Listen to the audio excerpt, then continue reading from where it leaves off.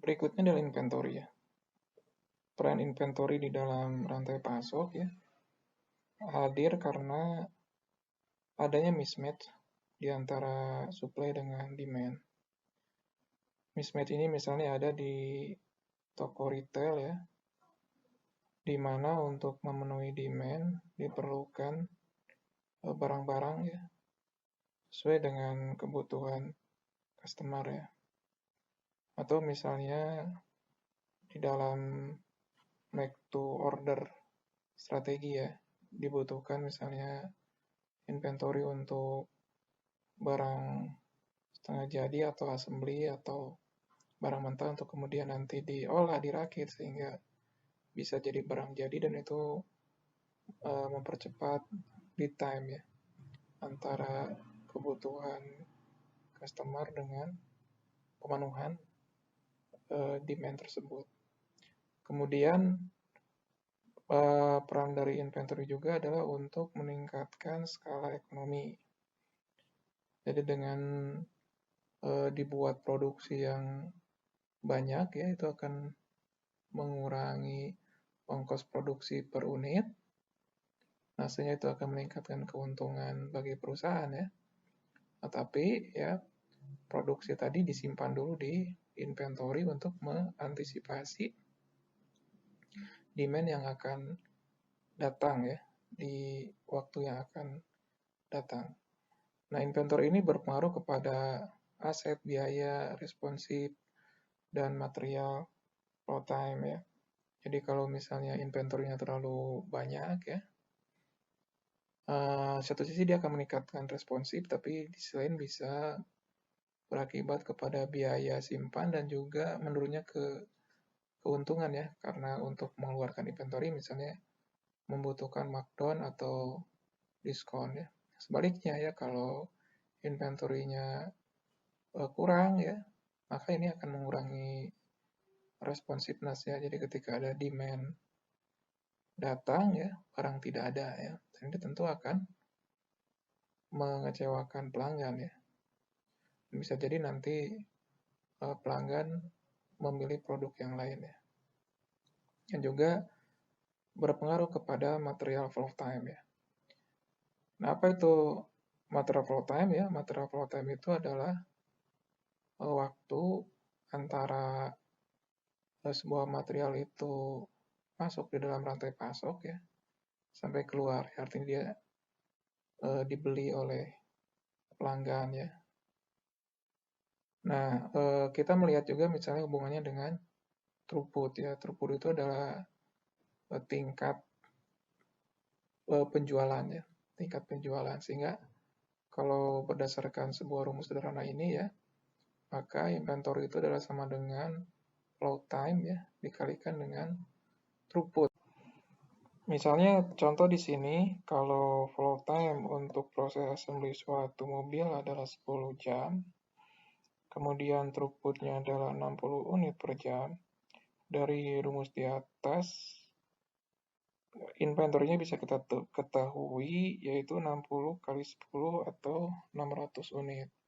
Kalau kita bisa mengurangi inventory sampai 300 unit dengan tetap mempertahankan throughput yang ada, maka kita harus mengurangi flow time-nya menjadi 5 jam ya.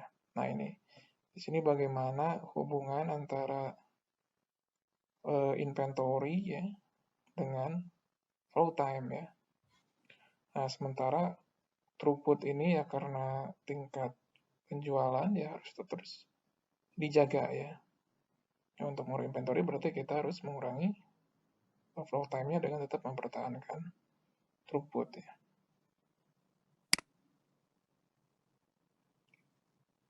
Nah, peran inventory dalam membangun strategi kompetitif adalah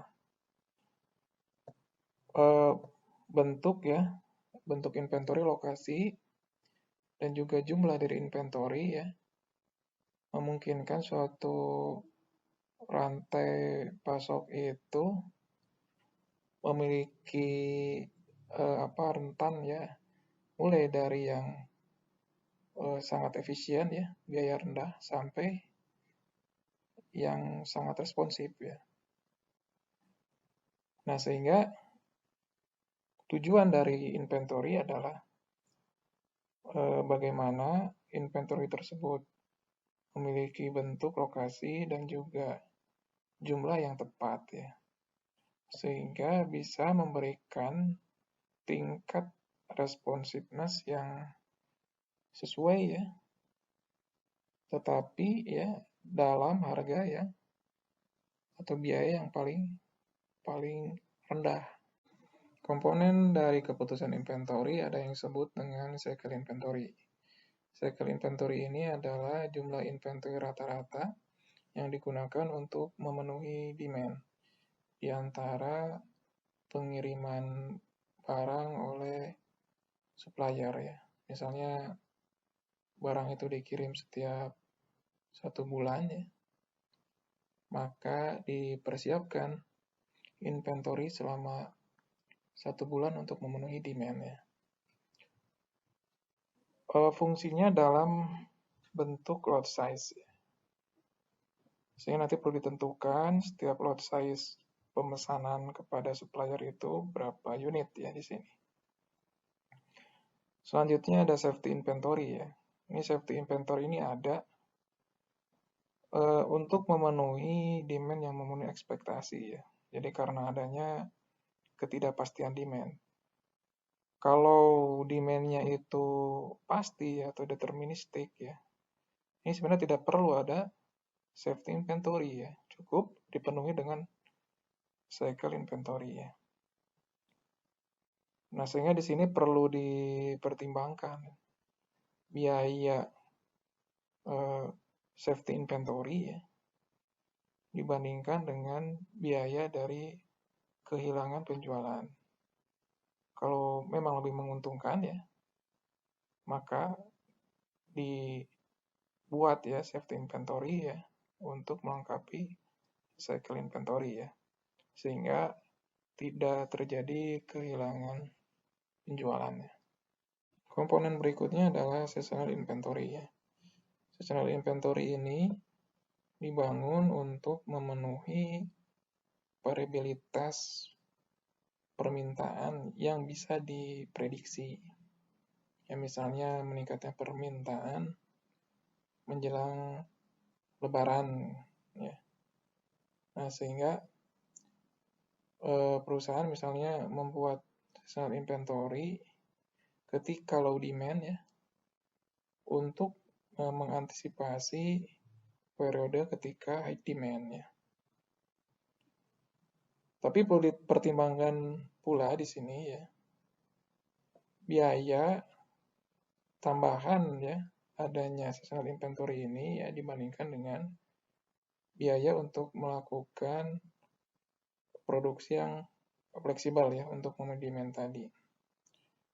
Kalau misalnya biaya produksinya lebih mahal ya untuk memenuhi bertambahnya demand ya, misalnya harus menambah pegawai ya, kemudian meningkatkan kapasitas, itu lebih mahal dibandingkan dengan biaya inventory ya.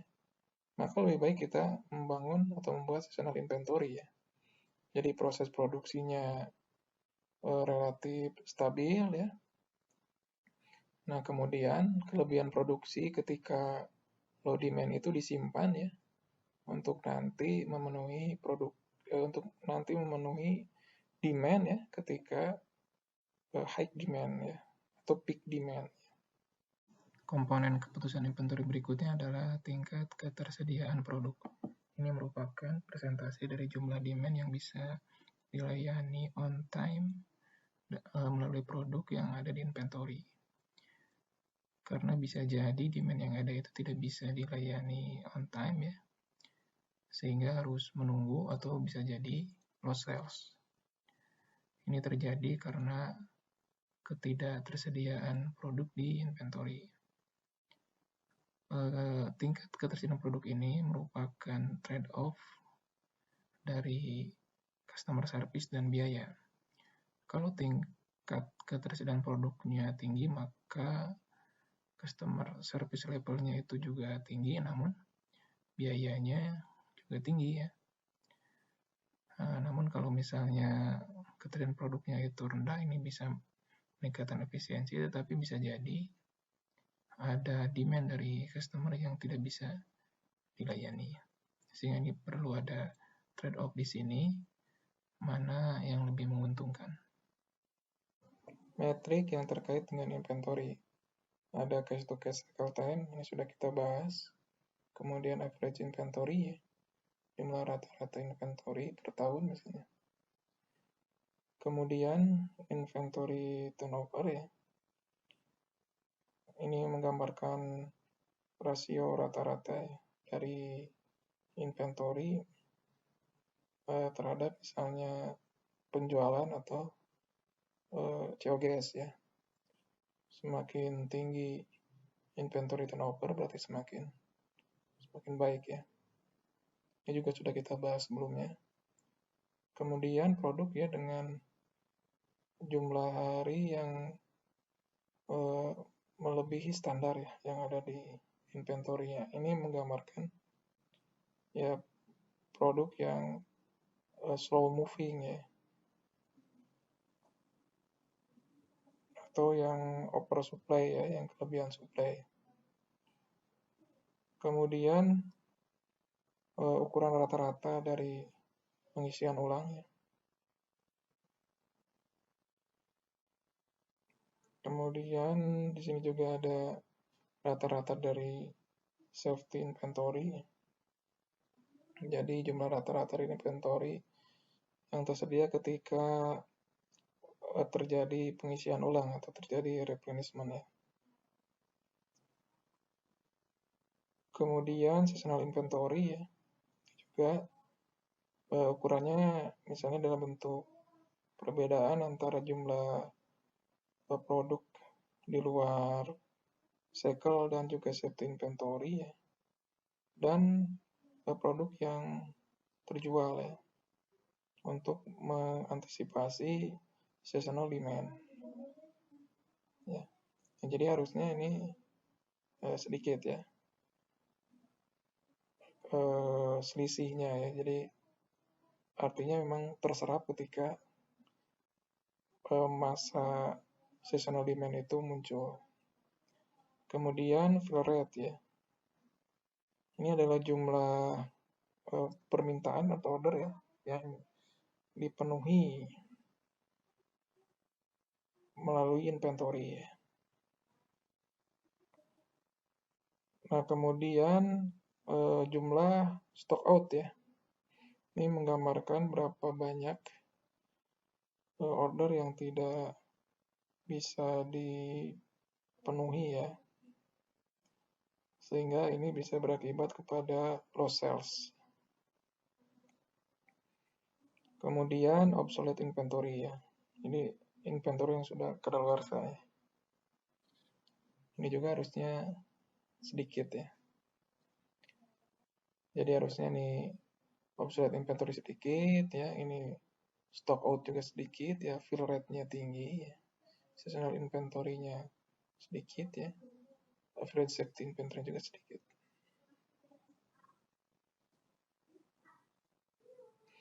Berikutnya adalah trade-off umum ya dalam inventory terkait responsif dan efisiensi. Jadi meningkatkan inventory secara umum itu membuat rantai pasok semakin responsif.